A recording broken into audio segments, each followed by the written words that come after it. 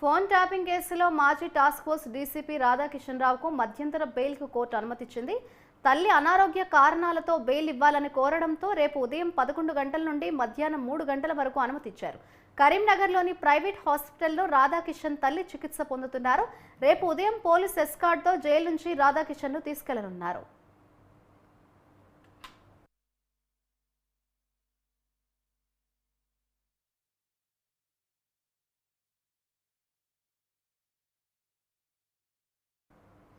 పల్నాడు జిల్లా సత్తెనపల్లి మండలంలో మాజీ మంత్రి కన్నా, ఎంపీ కృష్ణదేవరాయలు ఎన్నికల ప్రచారం నిర్వహించారు.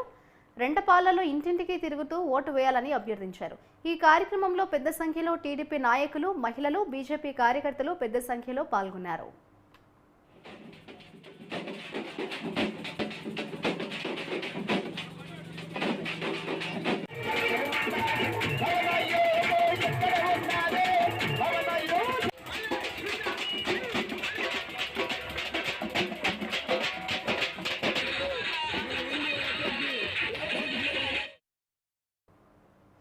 మాదిగల చిరకాల ఆకాంక్ష చంద్రబాబుతోనే సాధ్యమని కన్నా లక్ష్మీనారాయణ అన్నారు.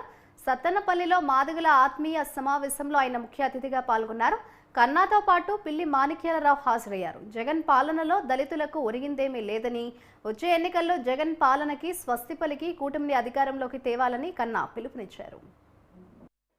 మరి ఈ రోజున ఎన్డీఏ కూటమిలో బీజేపీ, తెలుగుదేశం, జనసేన మూడు కలిసి కట్టుగా ఎన్డీఏ ప్రభుత్వాన్ని అధికారంలోకి తీసుకొని వచ్చి మన సమస్యల్ని పరిష్కారం చేసుకుందామని ఈ సందర్భంగా కూడా నేను తెలియజేస్తా ఉన్నాను. అలాగే నాకు మీ పరంగా కొన్ని సమస్యలు చెప్పారు. సత్తెనపల్లి నియోజకవర్గానికి సంబంధించి ఖచ్చితంగా మీ అందరి ఆశీర్వాదంతో నన్ను పార్లమెంట్ సభ్యుడిగా కృష్ణదేవరాయలు గారిని ఇద్దరిని కూడా గెలిపిస్తే మీ సమస్యల పరిష్కారానికి సత్తెనపల్లి నియోజకవర్గంలో మరి మీ వెంట ఉంటాను, సమస్యల పరిష్కారానికి ప్రయత్నం చేస్తానని చెప్పేసి కూడా ఈ సందర్భంగా తెలియజేస్తా ఉన్నాను. నేను 25 సంవత్సరాల శాసనసభ్యుడిగా నిరంతరం ప్రజలతో ఉండి ప్రజా సమస్యల పరిష్కారానికే పనిచేసినటువంటి పరిస్థితి 25 సంవత్సరాల్లో కూడా.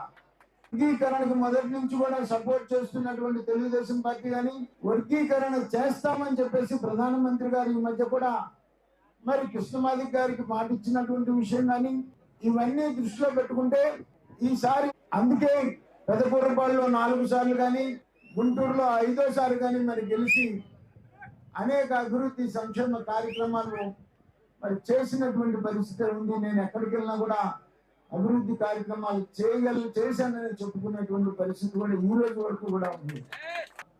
విపరీతంగా అమాంతంగా విద్యుత్ ఛార్జీలు విపరీతంగా పెంచడం జరిగింది.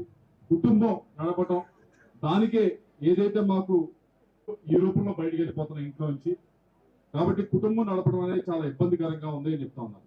దాంట్లో ఇప్పుడే పెద్దలు చెప్తా ఉన్నారు ఎలా తీసేశారు ఇది అంటే, ఏదైతే దళిత వాడలో ఉంటే అక్కడ ఆ స్కీమ్ అప్లై చేస్తా ఉన్నారు. కానీ వారే దళితులు వచ్చి ఏమన్నా వేరే వార్డులోకి మారితే గనక అంటే తీసేయడం జరిగింది. అంటే దాని అర్థం ఏంటంటే జీవితాంతం దళిత వార్డులో ఉంటే స్కీమ్ వస్తుంది అనేది దాని అర్థం అని దానికి ఒక అర్థాన్ని నిర్వచనంగా తీసుకురావడం జరిగింది. అది కొద్దిగా బాధాకరమైన విషయం. ఎక్కడికి వెళ్ళినా ఎక్కడ నివసించినా కరెంటు ఛార్జ్ బట్టి ఎవరైనా మారేది, ఇల్లు తీసుకునేది, ఇల్లు ఉండేది ఎక్కడైతే పని ఉంటుందో దానికి దగ్గరలో ఉంటాం. అంతేగాని ఒక దగ్గర ఉండి ఇంకో దగ్గరికి వెళ్ళడం అనేది కష్టమైన విషయం. కాబట్టి ఎక్కడున్నా కానీ దీన్ని అమలు పరిచే విధంగా ఈ 27 స్కీమ్లు ఏదైతే పునఃప్రారంభిస్తా ఉన్నారో దాంట్లో ఉంటుందని చెప్పి నేను కూడా తెలియజేసుకుంటా ఉన్నాను. ఇందాక చెప్పినట్లు చదువుకున్న తర్వాత ఈ బ్యాక్లాగ్ పోస్టులు ఉద్యోగాలు ఏదైతే ఉన్నాయో దాని గురించి చెప్పారు. దాదాపు 10,000 ఉద్యోగాలు భర్తీ అయినాయి. ప్రమోషన్ లో రిజర్వేషన్ కూడా జరిగింది 2014 నుంచి 19 దాకా. కానీ 19 నుంచి 24 దాకా ఇది ఒక్కటి కూడా జరగలేదని చెప్పి పెద్దలు చెప్పారు. వారందరికీ కూడా మాటిస్తా ఉన్నాం. ఏదైతే బ్యాక్లాగ్ పోస్ట్ ఉన్నాయో మెగా డిఎస్సీ పెట్టి